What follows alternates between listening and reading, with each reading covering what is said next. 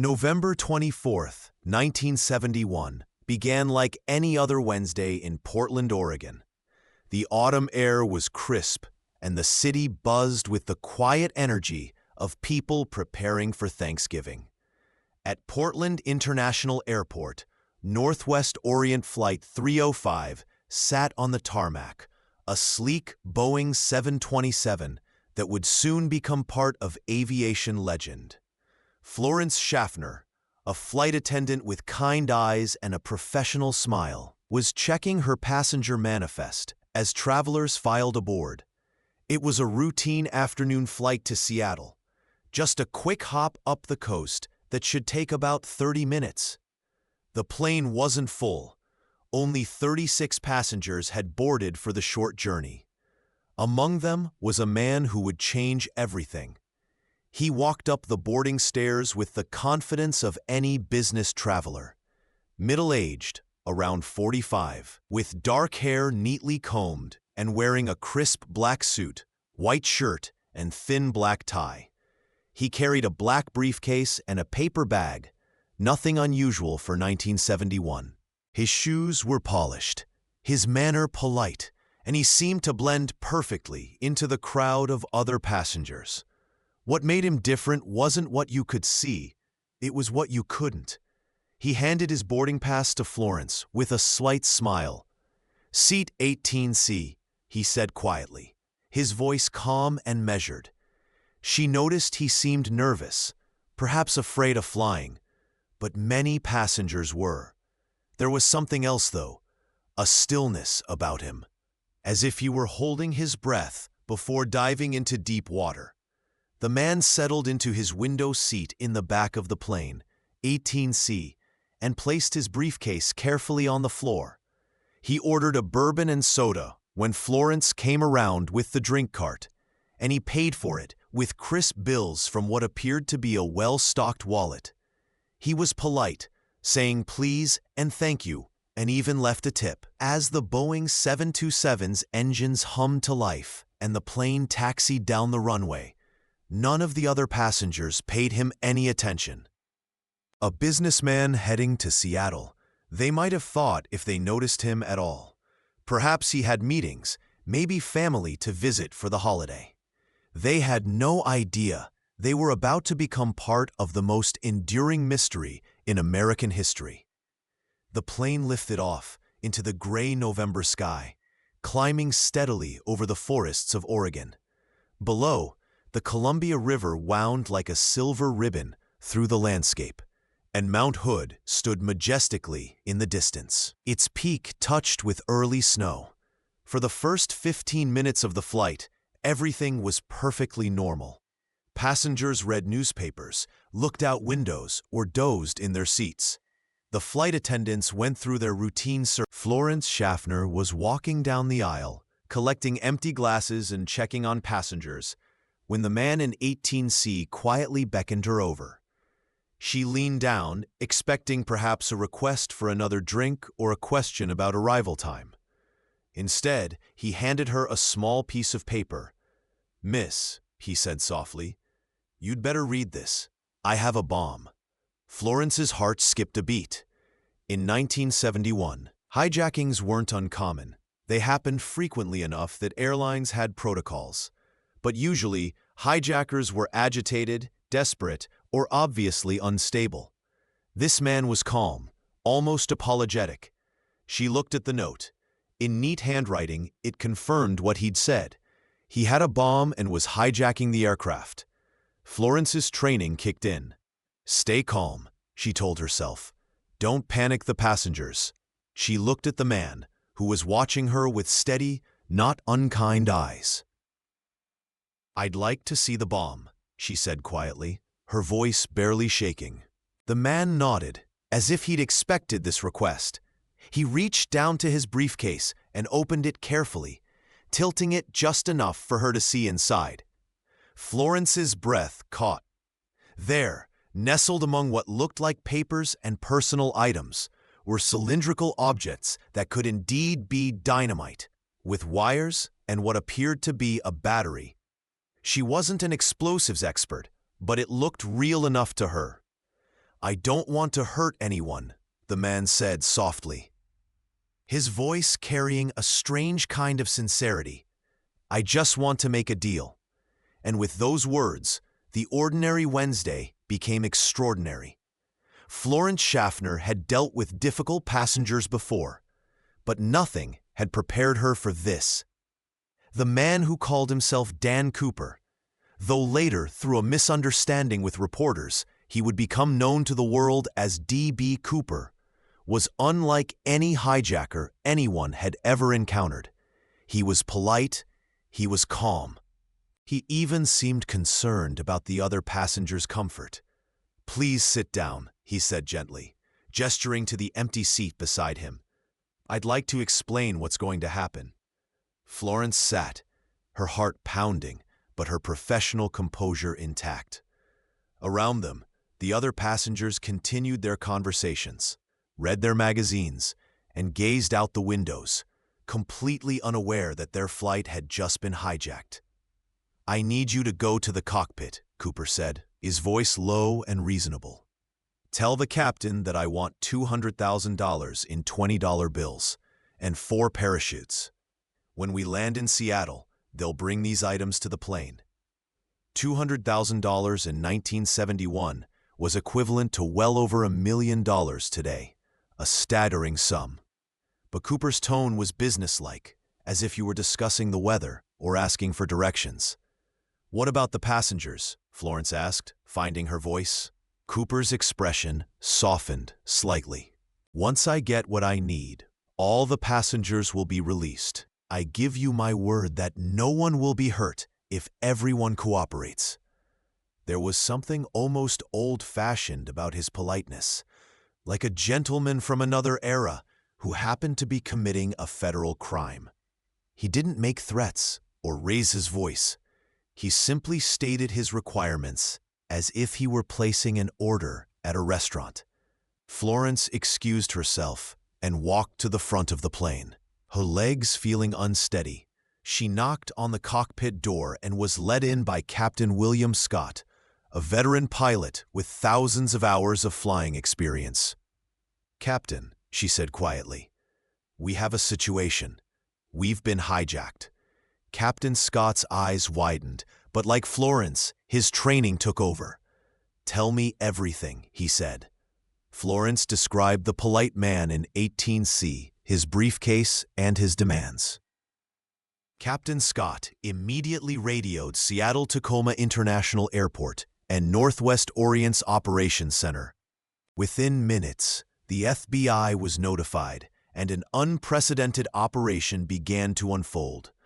Meanwhile, back in the passenger cabin, Cooper sat quietly in his seat, occasionally glancing at his watch. He ordered another bourbon and soda and struck up a casual conversation with the passenger across the aisle about the weather.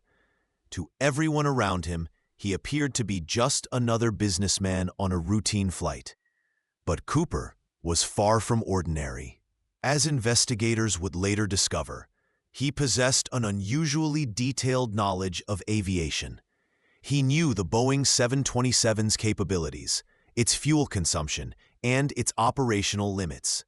He spoke about the aircraft with the familiarity of someone who had studied it extensively, or perhaps even worked with it. "The 727 is a remarkable aircraft," he mentioned casually to Florence when she returned to check on him. "It's the only commercial airliner that can be flown with its landing gear down and flaps extended at low speed without stalling. Very useful for certain situations." Florence found this comment puzzling at the time, but it revealed something important. Cooper wasn't just making this up as he went along. He had a plan, and that plan required specific knowledge that few people possessed. As Flight 305 continued toward Seattle, Cooper remained the picture of courtesy. He helped an elderly passenger with her overhead luggage. He complimented Florence on the airline's service. He even expressed concern about the delay his actions would cause. "I'm sorry about the inconvenience," he said genuinely. "I know people have places to be, especially with Thanksgiving tomorrow." In Seattle, an extraordinary scene was unfolding. FBI agents swarmed the airport, and Northwest Orient officials worked frantically to gather the ransom money. $200,000 in $20 bills was no small task. It required coordination with multiple banks, and the serial numbers of every bill had to be recorded. The parachutes were another challenge. Cooper had specifically requested 4 parachutes, 2 primary and 2 reserve chutes. This detail impressed investigators because it showed Cooper understood that authorities might sabotage 1 or 2 parachutes, but they wouldn't risk sabotaging all 4 if they believed he might force passengers or crew to jump with him. He was thinking several steps ahead. As the plane circled Seattle in a holding pattern, Cooper's behavior became even more intriguing. He asked Florence about her family, inquired about the other flight attendants' well-being, and even offered to pay for everyone's drinks. "Order anything you'd like," he told the passengers near him. "It's on me." He pulled out his wallet and showed Florence a thick stack of bills. "I insist."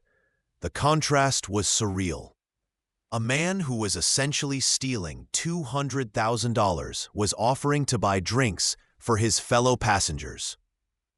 It was as if he were hosting a party rather than committing a federal crime. Captain Scott's voice came over the intercom. "Ladies and gentlemen, we're experiencing a minor delay and will be circling Seattle for a short while. Flight attendants, please ensure everyone is comfortable." The passengers grumbled mildly about the delay, but no one suspected the truth. Cooper had insisted that the hijacking be kept quiet to avoid panic, and the crew was following his wishes. "You're very professional," Cooper told Florence. "I appreciate how you and your crew are handling this." "Thank you," Florence replied, still not quite believing she was having a polite conversation with a hijacker. Cooper checked his watch again. "It shouldn't be much longer now," he said. "Once we're on the ground and I have what I need, everyone can go home to their families." He paused, looking out the window at the lights of Seattle below. "It's a beautiful city from up here, isn't it?" Florence nodded, wondering what kind of man could hijack a plane and still appreciate the view. At 5:24 p.m., Flight 305 finally touched down at Seattle-Tacoma International Airport. As the Boeing 727 taxied to the designated gate, Cooper remained as calm as ever, but Florence could sense a new tension in him. Not fear, but the focused energy of someone about to execute a carefully planned operation. "Now comes the interesting part," Cooper said quietly, almost to himself. The plane came to a stop, and Cooper made his first specific demand about the passenger release. "I want all the passengers off first," he told Florence. "But I need you and one other flight attendant to stay. We're not done yet." Florence nodded and made the announcement. "Ladies and gentlemen, we'll be deplaning at this time. Please gather your belongings and exit in an orderly fashion." The passengers, still unaware of the drama that had unfolded around them, collected their things and filed off the aircraft. Many complained about the delay, worried about missing connections or dinner reservations. If only they knew they had just been part of one of the most polite hijackings in aviation history. Cooper watched them leave with what seemed like genuine relief. "Good," he said. "Now everyone's safe." As the last passenger disappeared down the jet bridge, Cooper's attention turned to the arriving supplies. Through the window, he could see several vehicles approaching the aircraft, including an armored car and FBI vehicles positioned at a careful distance. Northwest Orient agent Al Lee approached the plane carrying a canvas bag containing the ransom money. The bills had been photographed and their serial numbers recorded, a process that had taken FBI agents nearly 2 hours to complete. Each $20 bill was now part of an extensive federal database.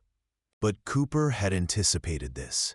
When Al Lee boarded the plane with the money, Cooper examined it carefully, running his fingers through the stacks of bills with the practiced ease of someone familiar with handling large amounts of cash. "Very good," Cooper said, testing the weight of the bag. "This feels about right." Al Lee also brought the parachutes, 4 of them, as requested.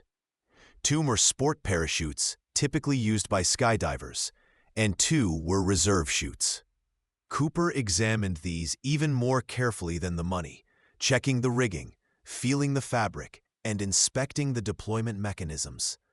"These will do nicely," he said, setting aside 2 of the parachutes and leaving the other 2 untouched. Again, his knowledge was impressive.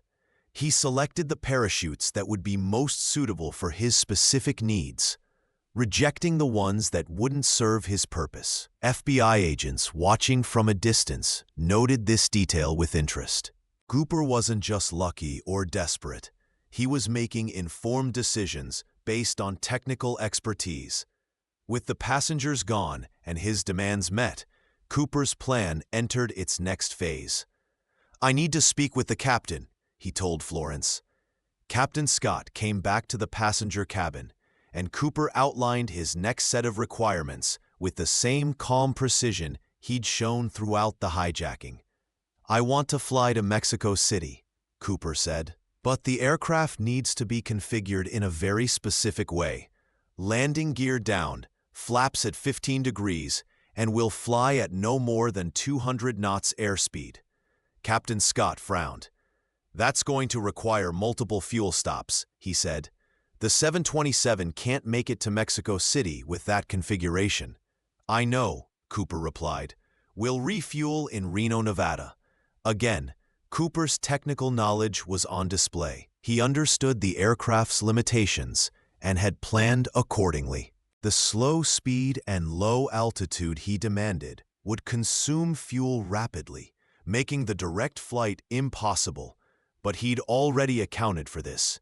Captain Scott returned to the cockpit to file the new flight plan, and Cooper turned his attention to the remaining crew. Besides Florence, flight attendant Tina Mucklow had stayed behind, and Cooper addressed them both with characteristic courtesy. "I want you both to know that I appreciate your professionalism," he said. "You've made this much easier than it could have been." "What happens now?" Florence asked. Cooper smiled slightly, the first real smile she'd seen from him. "Now we take a little trip south. Don't worry, you'll be home before midnight." As Flight 305 prepared for takeoff, Cooper asked for one more bourbon and soda. "For the road," he said with what might have been humor.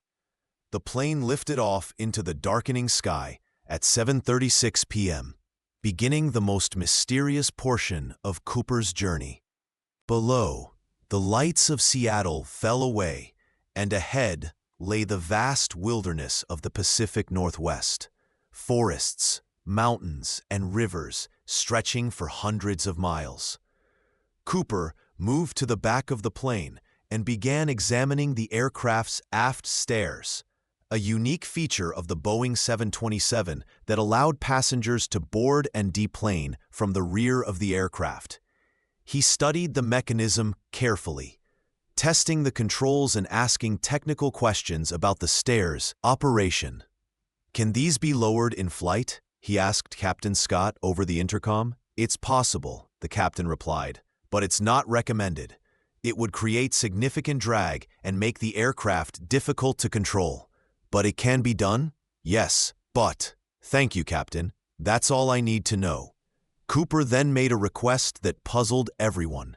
He asked Tina Mucklow to go to the cockpit and stay there. "I need some privacy back here," he said. "I have some preparations to make." As the Boeing 727 flew south through the night, Cooper was alone in the passenger cabin with his parachutes, his money, and his plans. Outside, storm clouds were gathering, and the weather was deteriorating rapidly. What happened next would become one of the greatest mysteries in American history. At 8 p.m., somewhere over the dense forests of southwestern Washington, Cooper made his final request. His voice came through the intercom. As calm and polite as ever, but with an undertone of finality that made everyone on the flight crew realize the moment they'd been anticipating had arrived. "I'm going to need you to lower the aft stairs," Cooper announced. In the cockpit, Captain Scott exchanged glances with his co-pilot. They had been dreading this moment. The weather outside was terrible. Rain, wind, and near-freezing temperatures.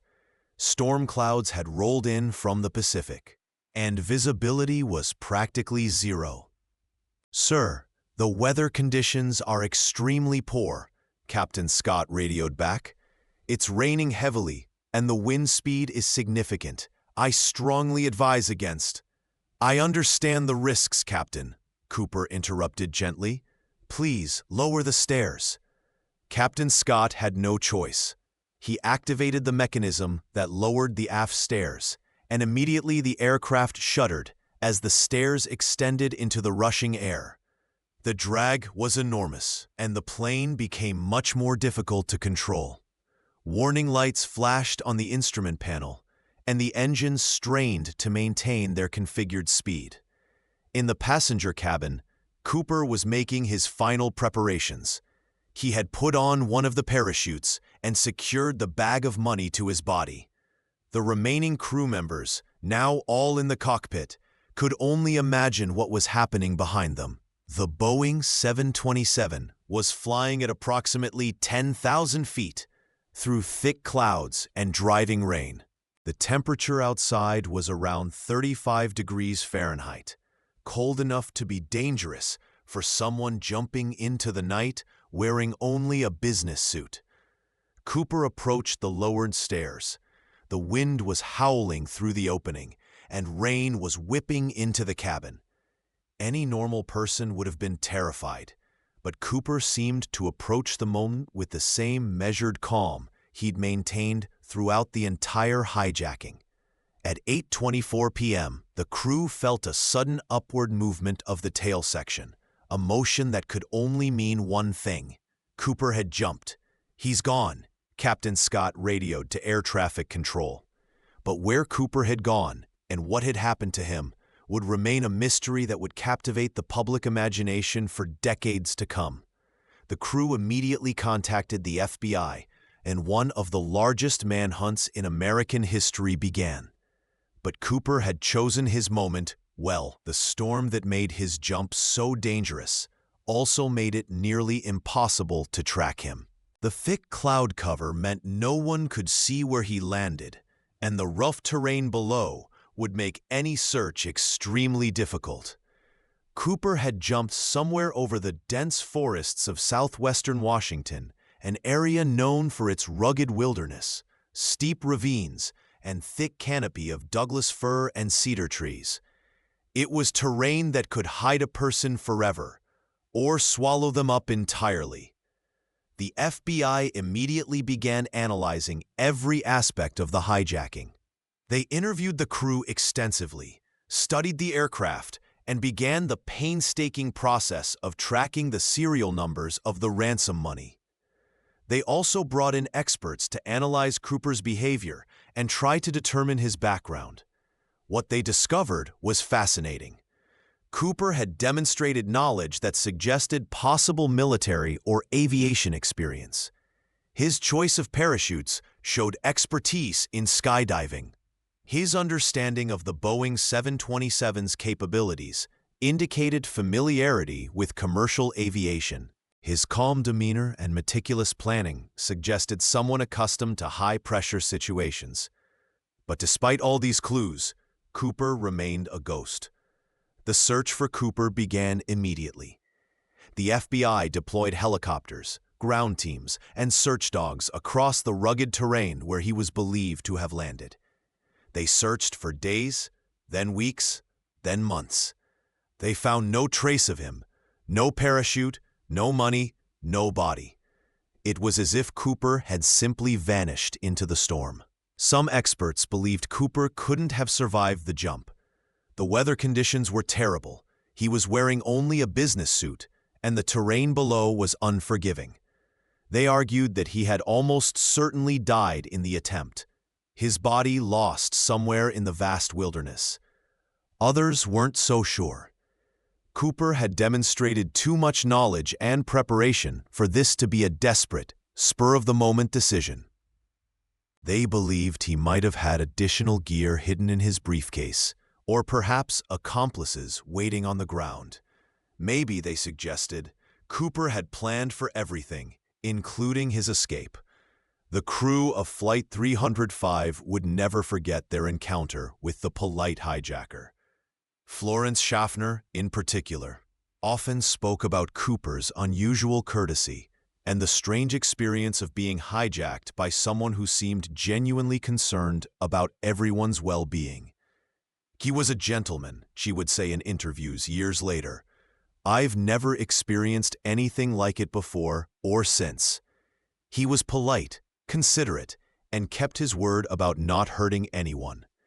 If you have to be hijacked, I suppose that's the way you'd want it to happen." Captain Scott, too, was impressed by Cooper's apparent expertise. "He knew things about that aircraft that most passengers wouldn't know," the captain recalled. "He wasn't just some desperate person making it up as he went along. He had a plan, and he executed it perfectly." But the question remained: who was Dan Cooper, and what had happened to him after he disappeared into the stormy night? In the days following Cooper's jump, the FBI launched what would become one of the longest-running investigations in the agency's history. They called it NORJAC, Northwest Hijacking, and it would consume thousands of hours of investigative work over nearly 5 decades. The search for Cooper began in the forests of southwestern Washington, where experts calculated he most likely would have landed. Teams of agents, accompanied by local law enforcement and volunteers, combed through dense wilderness, following rivers and checking every clearing they could find. The terrain was challenging in the extreme. Ancient forests stretched for miles, with trees so tall and thick that they blocked out most of the sunlight, even on clear days. The forest floor was covered with decades of fallen leaves, fallen logs, and thick undergrowth that could hide almost anything. Deep ravines cut through the landscape, and swift-running streams could carry away evidence. For weeks, searchers found nothing. No parachute caught in the trees, no traces of the distinctive white cloth that Cooper had been wearing, no sign of the money bag. It was as if Cooper had simply disappeared into thin air. The FBI's investigation took on multiple dimensions. They analyzed every aspect of Cooper's behavior during the hijacking, looking for clues about his identity and background. They studied the way he spoke, the things he knew, and the decisions he made. Cooper's knowledge of aviation was particularly intriguing. He had requested specific flight configurations that demonstrated familiarity with the Boeing 727's performance characteristics. He knew about the aft stairs and their operation. He understood fuel consumption and range limitations.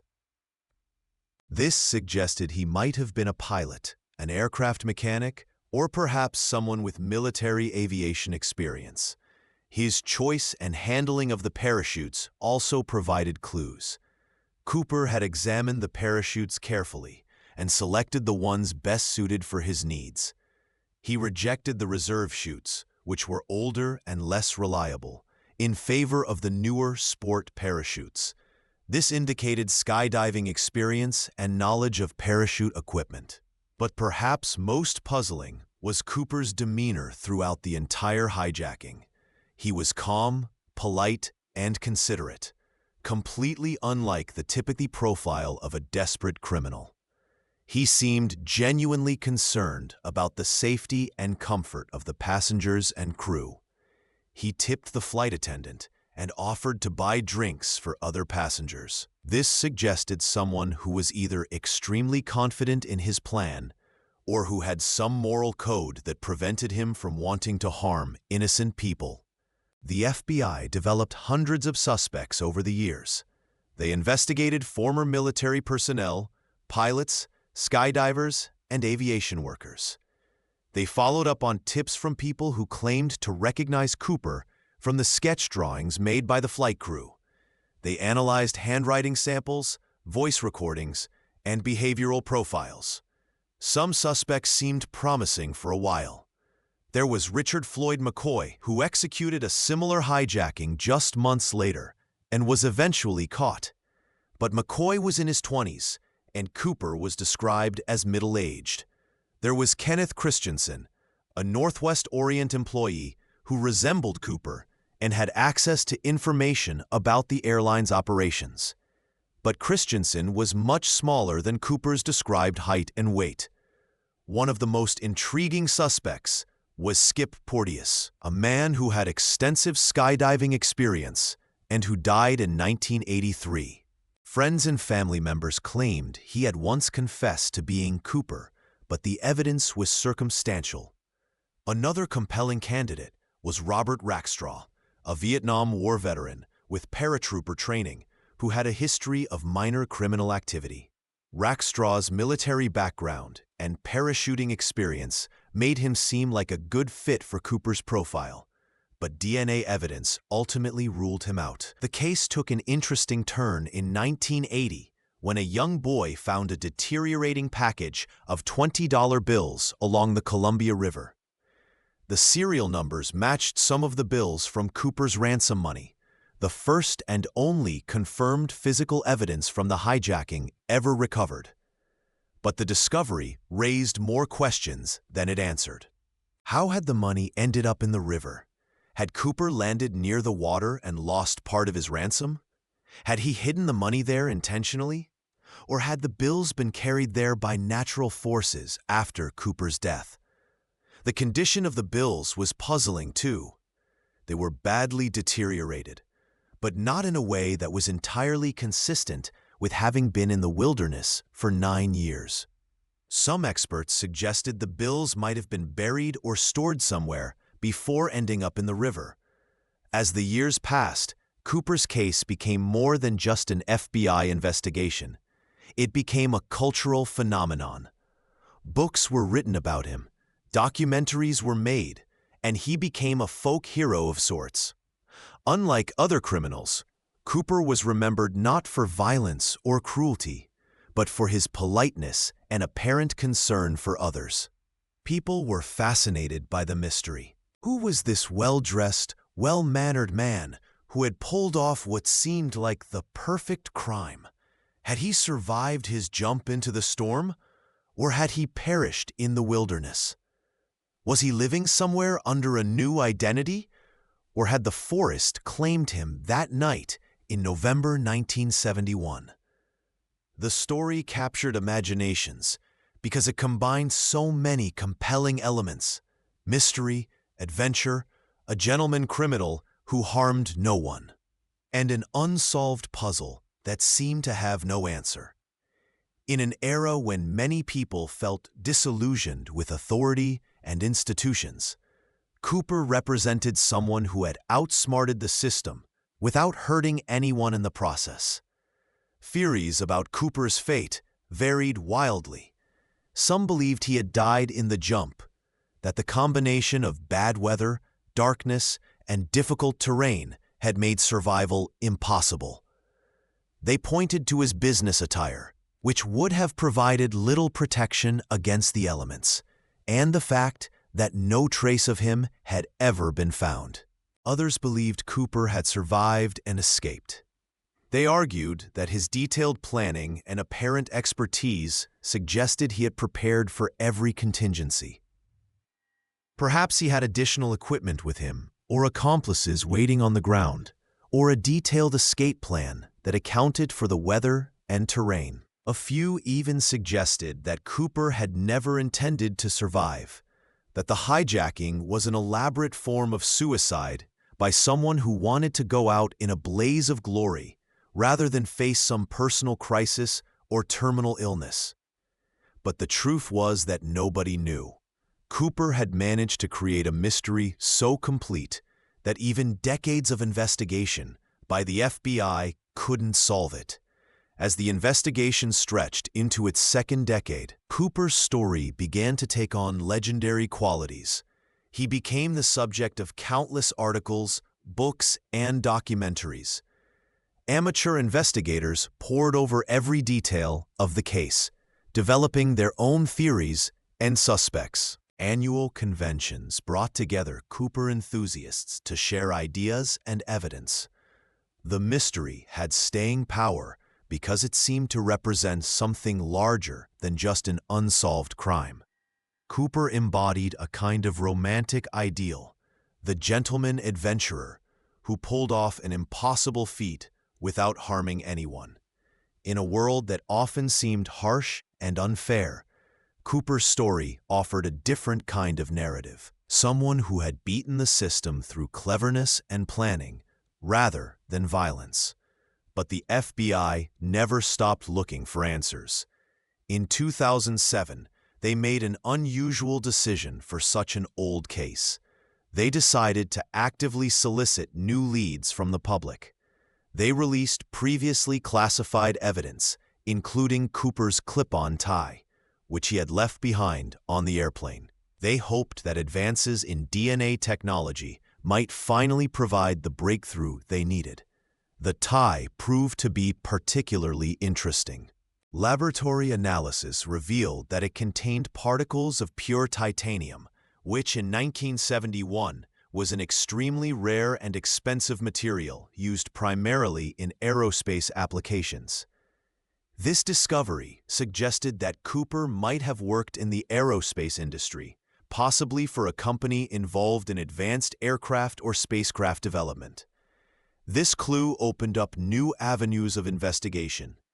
The FBI began looking at employees of Boeing, Lockheed, and aerospace companies, and other aerospace companies who might have had access to titanium and who matched Cooper's profile. They investigated workers involved in the development of military aircraft and space program components. But even this promising lead didn't produce a definitive answer. The aerospace industry in the Pacific Northwest employed thousands of people who might have had access to titanium, and many of them had aviation knowledge that could have helped them plan a hijacking like Cooper's. In 2016, after 45 years of investigation, the FBI officially suspended active investigation of the Cooper case. They announced that they would no longer actively pursue leads unless significant physical evidence emerged. The case file, which had grown to include thousands of pages of reports, interviews, and analysis, was archived. But the FBI's decision to suspend the investigation didn't end public interest in Cooper's story. If anything, it seemed to intensify it. With the official investigation closed, amateur investigators felt free to pursue their own theories and suspects. Some of these amateur investigators were remarkably dedicated and sophisticated. They used advanced computer modeling to analyze Cooper's possible landing zone, taking into account weather conditions, aircraft performance, and parachute characteristics. They studied geological surveys, topographical maps, and historical weather data to narrow down where Cooper might have landed. Others focused on the human element of the mystery. They interviewed elderly residents of the Pacific Northwest who might have remembered suspicious activity in the weeks following the hijacking.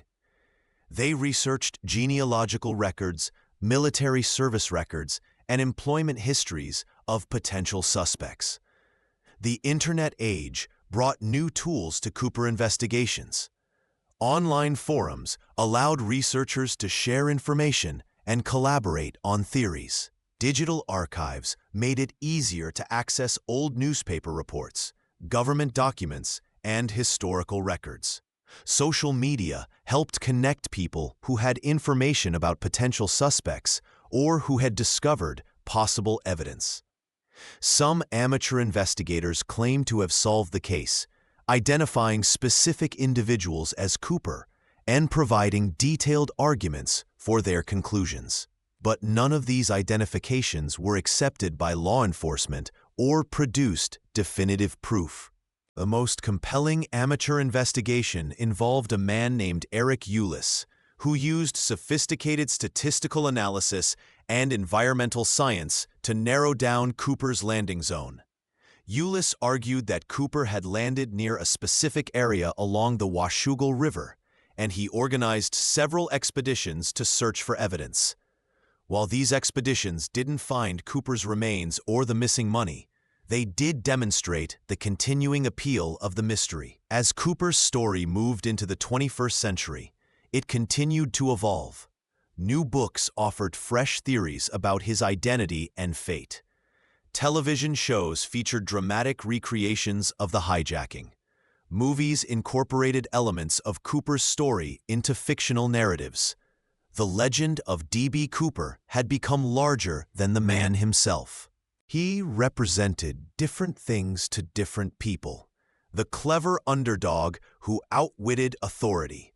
The mysterious stranger who appeared and disappeared without explanation. The gentleman criminal who proved that not all lawbreakers were violent or cruel. Some people saw Cooper as a symbol of American individualism, someone who refused to accept limitations and who made his own rules. Others viewed him as a romantic figure from a bygone era when air travel was glamorous and when it seemed possible for one person to pull off an impossible scheme through wit and daring. But perhaps the most enduring aspect of Cooper's legend was the mystery itself. In an age when almost everything could be researched, analyzed, and explained, Cooper's story remained tantalizingly unsolved. He had managed to create a puzzle that seemed to have no solution. A story that ended with a question mark instead of a period. Cooper's jump into the stormy night had become a metaphor for the unknown, a reminder that even in our modern connected world, some mysteries might never be solved. He had achieved a kind of immortality, not through what he had done, but through what remained unknown about him. As we reach the end of our story, more than 50 years after that stormy November night, the mystery of D.B. Cooper remains as compelling as ever. The polite gentleman who hijacked Flight 305 has become one of America's most enduring legends, a figure who represents both the romance of the unknown and the possibility that some puzzles may never be solved. What makes Cooper's story so captivating isn't just the mystery of his identity or fate. It's the way he conducted himself during those tense hours aboard the Boeing 727. In an age when we're accustomed to reading about violence and cruelty, Cooper's courtesy and concern for others stands out as something almost anachronistic. He was a criminal who said please and thank you, who worried about inconveniencing his fellow passengers, and who kept his word about not harming anyone. The crew of Flight 305 never forgot their encounter with Cooper. Florence Schaffner, the flight attendant who first received his note, spoke about him for years afterward with a mixture of professional respect and personal puzzlement. She described a man who seemed genuinely apologetic about the disruption he was causing, who asked about her family, and who treated everyone aboard the aircraft with unfailing politeness. Captain William Scott, too, remembered Cooper as someone who demonstrated unusual knowledge and preparation. The specific flight configurations Cooper requested, his understanding of the aircraft's capabilities, and his strategic thinking all suggested someone who had planned meticulously for this moment. But who was he really? The FBI's investigation file contains hundreds of potential suspects, each with their own compelling reasons for being considered. Military veterans with parachuting experience, airline employees with inside knowledge, adventurers with a taste for risk, all became part of the Cooper mythology. Some investigators believe Cooper died in his jump, arguing that the weather conditions, his inadequate clothing, and the rugged terrain made survival nearly impossible. They point to the fact that despite extensive searches, no trace of Cooper, or most of his ransom money, was ever found. In this version of the story, Cooper's legend is tragic. A man who pulled off an audacious crime only to perish in the wilderness. Others maintain that Cooper survived and escaped, living out his days under a new identity with his stolen fortune. They argue that his careful planning and apparent expertise suggest he had prepared for every contingency, including survival in harsh conditions. In this version, Cooper became the successful outlaw who beat the system and got away with it. A few theorists have suggested even more exotic explanations. Perhaps Cooper was a government agent involved in some kind of classified operation. Maybe he was testing airline security or conducting some kind of covert mission. While these theories lack solid evidence, they add to the mystique surrounding Cooper's identity. The physical evidence that remains is tantalizingly sparse. The deteriorating bills found along the Columbia River in 1980 represent the only confirmed trace of Cooper's ransom money ever recovered. The titanium particles found on his abandoned tie suggest a connection to the aerospace industry. But these clues, while intriguing, haven't led to definitive answers. Modern technology has brought new tools to the investigation. DNA analysis, computer modeling of weather patterns and aircraft performance, and satellite mapping of the terrain have all been applied to Cooper's case. Yet the mystery persists, as if Cooper had somehow planned for future investigative techniques, as well as the immediate challenges of his escape. Perhaps that's fitting.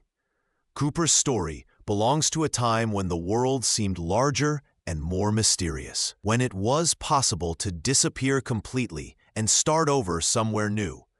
In 1971, there were no security cameras everywhere, no digital footprints, no cell phone tracking. A person could reinvent themselves more easily, and secrets could stay buried. The airplane industry, too, was different then. Security was lighter, and hijackings, while not uncommon, were often handled as negotiations rather than confrontations. Cooper chose his moment well, operating in a brief window when his particular kind of crime was possible. Just a few years later, increased security measures would have made his hijacking much more difficult to execute. Cooper's story also reflects the social mood of its time. The early 1970s were a period of questioning authority and challenging conventional systems. Cooper represented someone who had beaten the establishment at its own game, using wit and planning rather than violence. In an era marked by the Vietnam War, Watergate, and social upheaval, Cooper offered a different kind of rebellion, one that was creative, nonviolent, and ultimately victimless.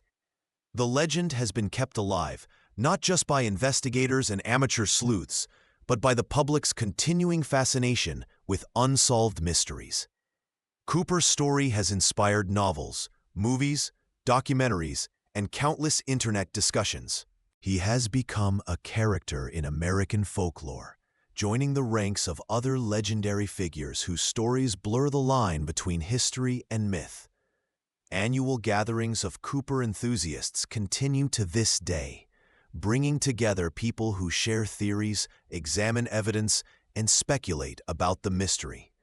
These events have a festival-like atmosphere, celebrating not just Cooper himself, but the enduring appeal of an unsolved puzzle. Some attendees are serious researchers who have spent years investigating specific aspects of the case. Others are casual fans who enjoy the mystery for its entertainment value, but all share a common fascination with the man who disappeared into the storm and never returned. As our tale draws toward its close, imagine for a moment that we could peer through the storm clouds of that November night in 1971, watching as a lone figure descended through the darkness toward the vast wilderness below. What did Cooper experience in those final moments as he fell through the rain and wind? Did he feel fear, exhilaration, or perhaps a strange sense of peace as he committed himself to whatever fate awaited him in the forest? Was he confident in his preparations, or did he realize too late that he had underestimated the challenges ahead? The storm that night was fierce, with winds gusting up to 70 miles per hour and rain falling in torrents. The cloud ceiling was low, meaning Cooper would have had little visibility during his descent. The temperature was just above freezing, cold enough to be dangerous for someone wearing only a business suit.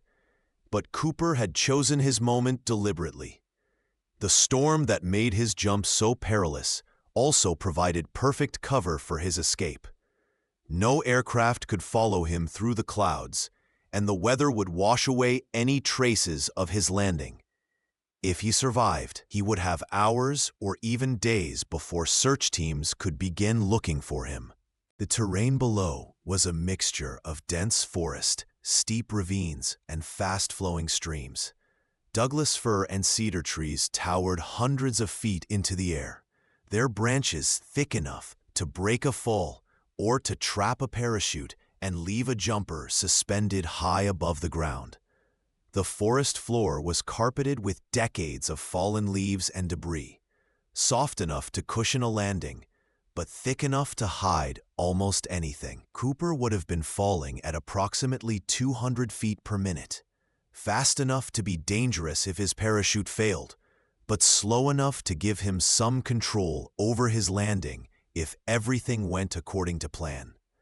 An experienced skydiver might have been able to navigate between the trees and find a clearing, but the darkness and storm conditions would have made such precision nearly impossible. If Cooper survived his landing, he would have faced immediate challenges. The money bag strapped to his body would have been heavy and awkward, making movement difficult. His business attire would have provided little protection against the cold and wet. And he would have been somewhere in the vast wilderness with no clear landmarks to guide him to safety. But perhaps Cooper had planned for these challenges too. Maybe he had additional supplies waiting in his briefcase, warmer clothing, survival gear, maps of the area. Perhaps he had studied the terrain and chosen his landing zone to be near a road or trail. Or maybe he had accomplices waiting nearby, ready to help him escape once he reached the ground. The romantic in us wants to believe that Cooper made it, that somewhere out there, he lived out his days as a successful outlaw who had beaten the system through cleverness and daring. Perhaps he moved to a tropical island, or assumed a new identity in a small town, or lived off his stolen fortune in comfortable anonymity. The realist acknowledges that Cooper most likely died that night, a victim of the very conditions that helped him escape detection. The money found along the Columbia River might represent the only remnant of his adventure, bills that washed down from wherever he fell, a small memorial to a grand gesture that ended in tragedy. But the truth is that we don't know, and perhaps that's exactly what Cooper intended. By jumping into the storm, he didn't just escape from the aircraft. He escaped into legend. He became a question mark, a mystery that would outlive whatever mundane reality might have awaited him if he had stayed on the ground. Cooper's story reminds us that even in our modern, surveillance-heavy world, it's still possible for someone to simply disappear. Despite all our technology and investigative techniques, some mysteries remain unsolved, some questions unanswered. In a way, Cooper's greatest achievement wasn't the money he stole or the cleverness of his plan. It was the creation of a perfect mystery. He became a character in a story that has no ending, a puzzle that remains unsolved despite decades of investigation by professionals and amateurs alike.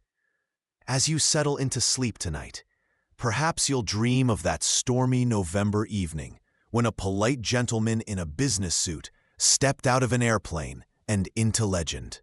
Maybe you'll imagine him landing safely in a clearing, shedding his parachute, and walking away into a new life.